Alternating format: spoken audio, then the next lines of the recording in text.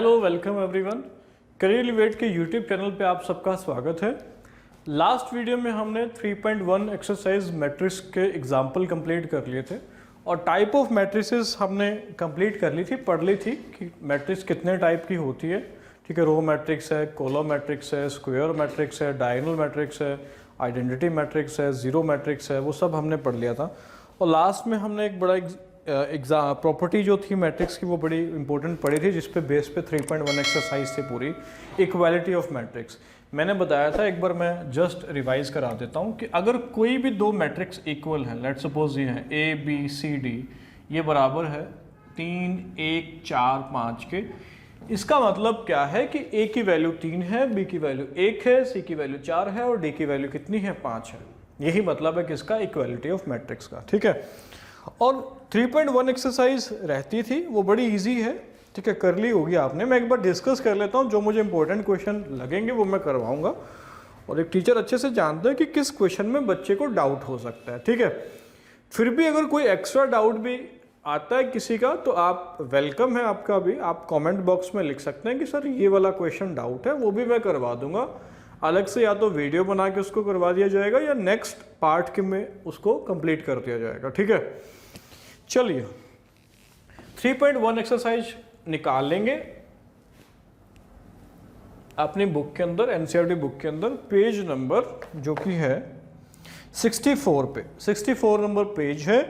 और जिसके पास बुक नहीं है वो पीडीएफ डिस्क्रिप्शन से डाउनलोड करके भी देख सकता है, बट पास में क्वेश्चन जरूर होने चाहिए बच्चे। ठीक है, 3.1 एक्सरसाइज का पहला क्वेश्चन है, एक मैट्रिक्स दे रखी है 2 5 19 -7 35, ये वाली मैट्रिक्स है। इसका ऑर्डर पूछा, बड़ा इजी है। ऑर्डर क्या होता है मैंने लास्ट क्लास में बताया था, number of rose into number of column, order of matrix है। तो इसके अंदर जो नंबर ऑफ रोज है वो 3 है और नंबर ऑफ कॉलम कितने हैं, 4 हैं। तो ऑर्डर क्या हो जाएगा, 3/4 हो जाएगा, बड़ा इजी है।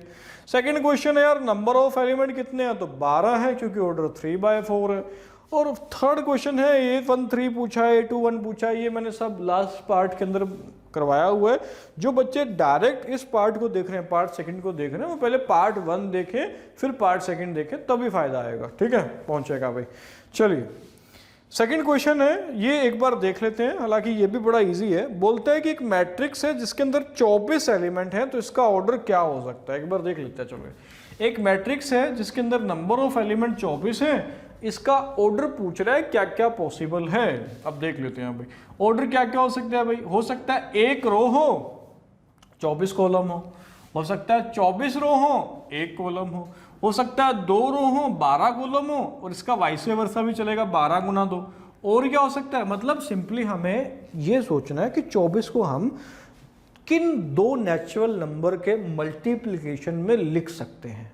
नेचुरल नंबर तो एक 3 × 8 भी हो सकता है, एक 8 × क्या हो सकता है, 3 हो सकता है। एक क्या हो सकता है, 6 × 4 हो सकता है, एक 4 × 6 हो सकता है। तो यही इसके 8 ऑर्डर पॉसिबल है, इसके अलावा इसका कोई ऑर्डर पॉसिबल नहीं है। इसका मतलब क्या है इस लैंग्वेज का कि नंबर ऑफ, जैसे ये 8/3 है, इसका मतलब है रोज 8 है और कॉलम कितनी है, 3 है। आई होप सो कि यार क्लियर हुआ होगा, फर्स्ट पार्ट में मैंने बड़े अच्छे से एक्सप्लेन किया हुआ है।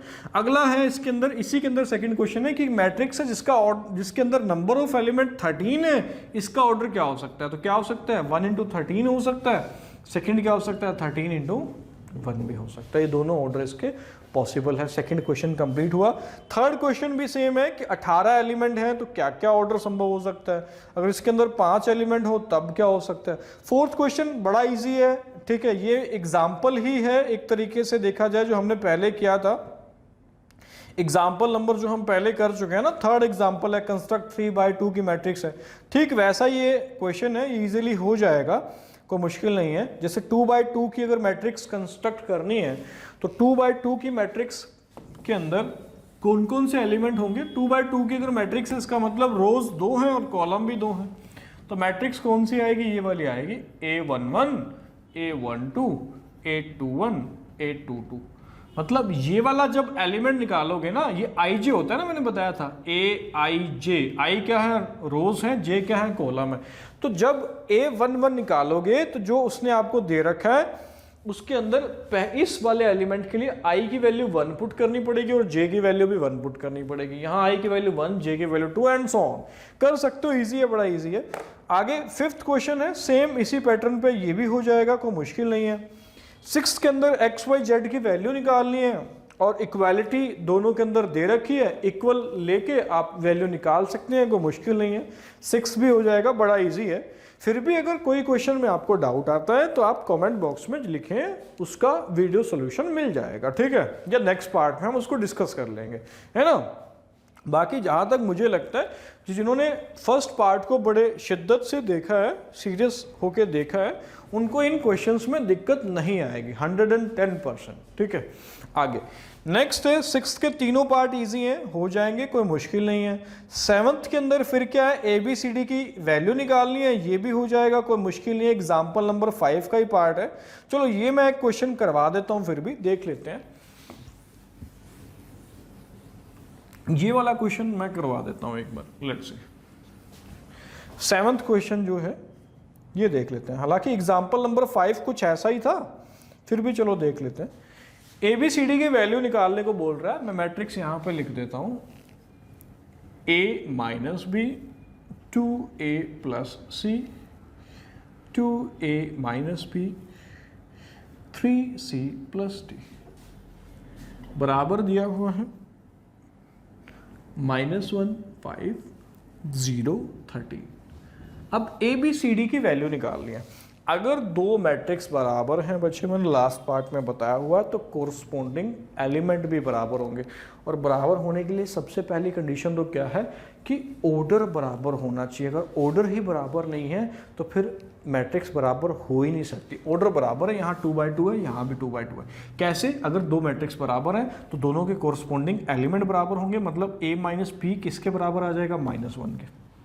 ठीक है, यहां से ये इसके बराबर आएगा, मतलब 2A माइनस B बराबर होगा 0 के।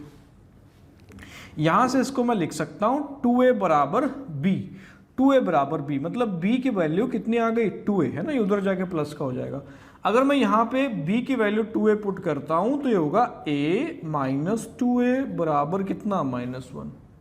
ठीक है, ये माइनस होगा तो क्या आएगा? -A is equal to -1, minus से माइनस कटेगा, A की वैल्यू कितनी आ जाएगी? 1 आ जाएगी। A की वैल्यू जैसे ही 1 आई, मैं यहां पे पुट कर देता हूं, B की वैल्यू आ जाएगी, B की वैल्यू आ जाएगी, कितनी आ जाएगी? 2 आ जाएगी। B की वैल्यू कितनी आ जाएगी? 2। A की वैल्यू 1 पुट करेंगे ना, 2 × 1 2, तो B की वैल्यू कितनी आ जाएगी? 2 आ जाएगी। ऐसे ही आप C की वैल्यू निकाल सकते हो और D की वैल्यू निकाल सकते हो। मैं हिंट दे देता हूं, आप कर सकते हो खुद से। जैसे C की वैल्यू निकालनी है तो कैसे निकलेगी? 2A प्लस C बराबर किसके आएगा? 5 के। A की वैल्यू पुट कर देंगे, C की वैल्यू आ जाएगी। ठीक है, जैसे इसमें है 3C प्लस D बराबर है किसके? 13 के। C की वैल्यू यहां से निकलेगी, इसमें पुट कर दोगे, D की वैल्यू आ जाएगी। तो 7th क्वेश्चन बड़ा इजी था, आप कर सकते हैं। एग्जाम्पल नंबर 5 सेम इसी के जैसा था, कोई अलग नहीं है। ठीक है, आगे बढ़ते हैं दोस्त। नेक्स्ट है बच्चे 8th के अंदर दिया हुआ है A बराबर है ना, स्क्वायर के अंदर IJ M cross N is a square matrix. तो ऑप्शन दिए हुए हैं M less than N, M greater than N, M बराबर N, नन ऑफ दीज। अब अगर स्क्वायर मैट्रिक्स है तो मैंने बताया हुआ है, स्क्वायर मैट्रिक्स के अंदर नंबर ऑफ रोज किसके बराबर होते हैं? नंबर ऑफ कॉलम के बराबर होते हैं। मतलब M बराबर किसके आ जाएगा? N के आ जाएगा। नंबर ऑफ रोज बराबर नंबर ऑफ कॉलम आ जाएगी। ठीक है, 8th क्वेश्चन मेरी तरफ से डन है। 9th क्वेश्चन की ओर चलते हैं। हाँ, 9th क्वेश्चन में करा देता हूँ, इसमें थोड़ा बच्चे कंफ्यूज हो जाते हैं। ठीक है, कोई -1, कोई D आंसर करता है, कोई A आंसर कर लेता है, पर इसका आंसर B होता है। वो मैं करा देता हूँ कैसे है। ठीक है, अब मुझे अच्छे से पता है, देखो किस क्वेश्चन में आपको डाउट हो सकता है। अगर आप एक सीरियस कैंडिडेट हैं तो ठीक है, अगर आपने पहली वीडियो जस्ट ऐसे ही देखी है कि हाँ चलो देख लेते हैं, है ना, कोई कॉपी पेन नहीं था, कोई बुक खोल के नहीं बैठे थे साथ में, तो फिर तो ठीक है, मैं कुछ कह नहीं सकता आपको किस क्वेश्चन में डाउट है। पूरी एक्सरसाइज में डाउट हो सकता है। अगर आपने पहली वीडियो बड़े सीरियसली देखी है तो फिर मैं यकीन के साथ कह सकता हूं कि इन पार्ट में डाउट हो सकता है, पॉसिबिलिटी है। ठीक है, 9th क्वेश्चन है, जैसे कि बोलता है x और y की वैल्यू निकालो, यदि फॉलोइंग पेयर ऑफ मैट्रिसेस क्या है, इक्वल है, फॉलोइंग पेयर ऑफ, हाँ ये 9th क्वेश्चन है बच्चे, एक्सरसाइज 3.1 का 9th क्वेश्चन है,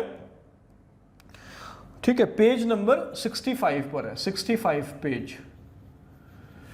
चलिए 9th क्वेश्चन देख लेते हैं एक बार, है ना। 3x प्लस 7 y प्लस 1 5 यहां पे है 2 माइनस 3x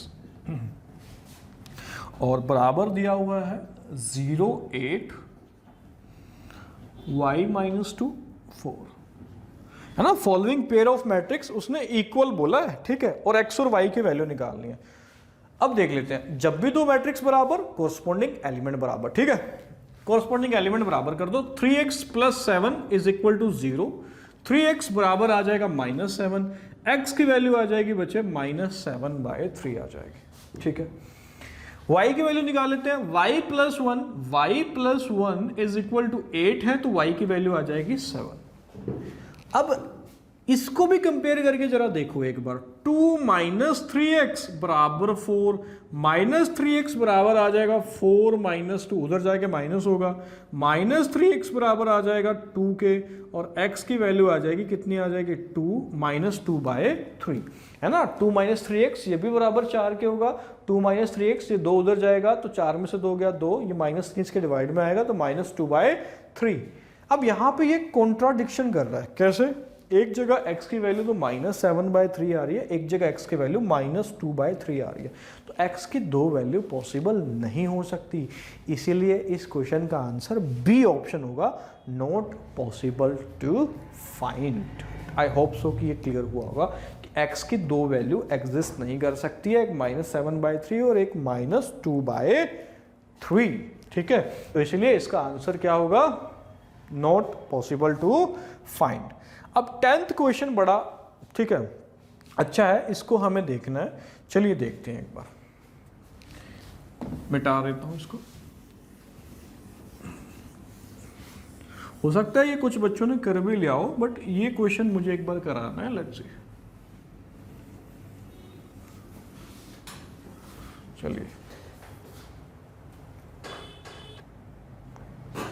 चलिए 10th क्वेश्चन जो है उसमें बोल रहा है number of all possible matrices of order 3/3 with each entry 0 और 1। सवाल की लैंग्वेज क्या है एक बार मैं समझा देता हूं कि कितनी मैट्रिक्स बनाई जा सकती हैं जिनका ऑर्डर 3x3 है और एंट्रीज मेरे पास 0 और 1 है, 0 और 1 है, ठीक है। अब यहां पे एक चीज समझनी है तुम्हें कि 3/3 की मैट्रिक्स और 0 और 1, तो इसको करने का एक डायरेक्ट एक फॉर्मूला होता है कि जितनी भी एंट्रीज हैं, एंट्रीज मेरे पास कितनी है, यहाँ पे केवल 2 हैं, जितनी भी एंट्रीज हैं वो लिख लो। अगर यहाँ पे 3 एंट्रीज होती तो मैं 3 लिख लेता, 4 एंट्रीज होती 4 लिख लेता, उसकी पावर में लिख दो जितने बाय जितने की आपको मैट्रिक्स कंस्ट्रक्ट करनी है। तो कितने बाय कितने की करनी है, 3/3 की करनी है, मतलब 2 की पावर 9 टोटल बनेगा। जैसे कि एक बार और मैं समझा देता हूं, मान लो आपके पास जैसे 0 1 है और बोल रहा है कि कितनी मैट्रिक्स कंस्ट्रक्ट की जा सकती हैं जिनका ऑर्डर 4/4 हो। आपको कुछ नहीं करना, नंबर ऑफ एलिमेंट देख लेते हैं, कितने हैं, 2 हैं, नंबर ऑफ एलिमेंट 2 हैं, जो ऑर्डर है वो पावर में लिख दो सीधा उठा के, तो 2 की पावर 16। जैसे कल को ये बोल दे कि 2 एलिमेंट हैं 0 और 1 और कितनी मैट्रिसेस बनाई जा सकती हैं जिनका ऑर्डर 5x5 हो। आपको क्या करना है, नंबर ऑफ एलिमेंट लेने हैं, 2 हैं, और उसमें पावर डायरेक्ट लिख देनी है, 5 गुना 5 कितना, 25, तो कितनी मैट्रिक्स बनाई जा सकती हैं, 2 की पावर 25 बनाई जा सकती हैं। अब यहाँ पे एक चीज और समझ लेना बच्चे कि अगर मान लो एलिमेंट आपके पास 3 हो जाए तो फिर कितनी बनाई जा सकेंगी, जितने एलिमेंट हैं, यही जैसे सवाल है ना, एलिमेंट 3 है और ऑर्डर 3x3 का है, तो फिर आपको क्या करना है, 3 की पावर लेके चलना है, कितना, 9, इतनी मैट्रिसेस बन जाएंगी, ठीक है। एक बार मैं सवाल की लैंग्वेज समझा देता हूं, ये तो इसको करने की डायरेक्ट ट्रिक थी, ठीक है। लैंग्वेज क्या है एक बार समझ लेते हैं।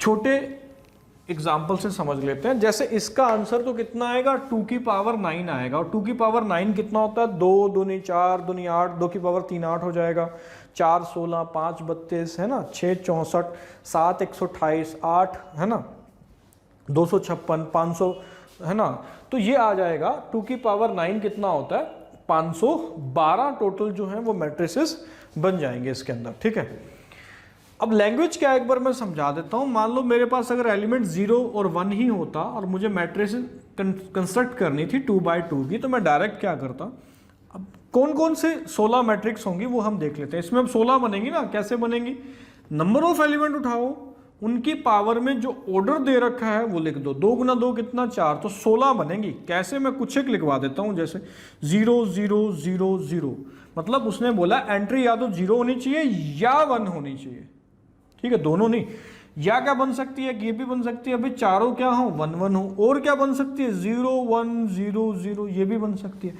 जैसे हम ये करते थे ना प्रोबेबिलिटी में, ठीक है, पता होगा कि जब 2 सिक्के उछाले जाते हैं, है ना, या एक सिक्के को अगर 4 बार उछाला जाता है तो कितने चांस बनेंगे। हम क्या करते थे भाई, एक सिक्के को उछालने पे या तो हेड आएगा या टेल आएगा, एक सिक्के को उछालने पे हेड आएगा या टेल आएगा। अगर एक सिक्के को 4 बार उछाला गया तो टोटल आउटकम कितने बनेंगे, 2 की पावर 4 16 आउटकम बनेंगे। तो क्या करना है बच्चे, सिंपली मैं एक बार फिर से बता रहा हूं, जस्ट ठीक है 10 सेकेंड का वक्त लूंगा, समझना क्या करना है। इसको मिटा देता हूं मैं, जितने नंबर ऑफ एलिमेंट दिए हुए हैं, नंबर ऑफ एलिमेंट्स उनको लिख लो और उसकी पावर में कर दो ऑर्डर। ये आपकी बनेगी, क्या बनेगी, नंबर ऑफ मैट्रिसेस बन जाएगी। मतलब कितनी मैट्रिसेस बनेंगी, ये सवाल का उत्तर होगा।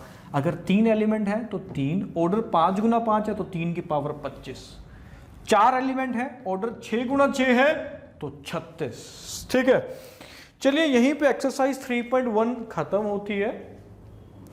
कोई भी डाउट किसी भी क्वेश्चन में आता है तो आप कमेंट बॉक्स में लिख सकते हो, हम उसको अगले पार्ट में डिस्कस कर लेंगे।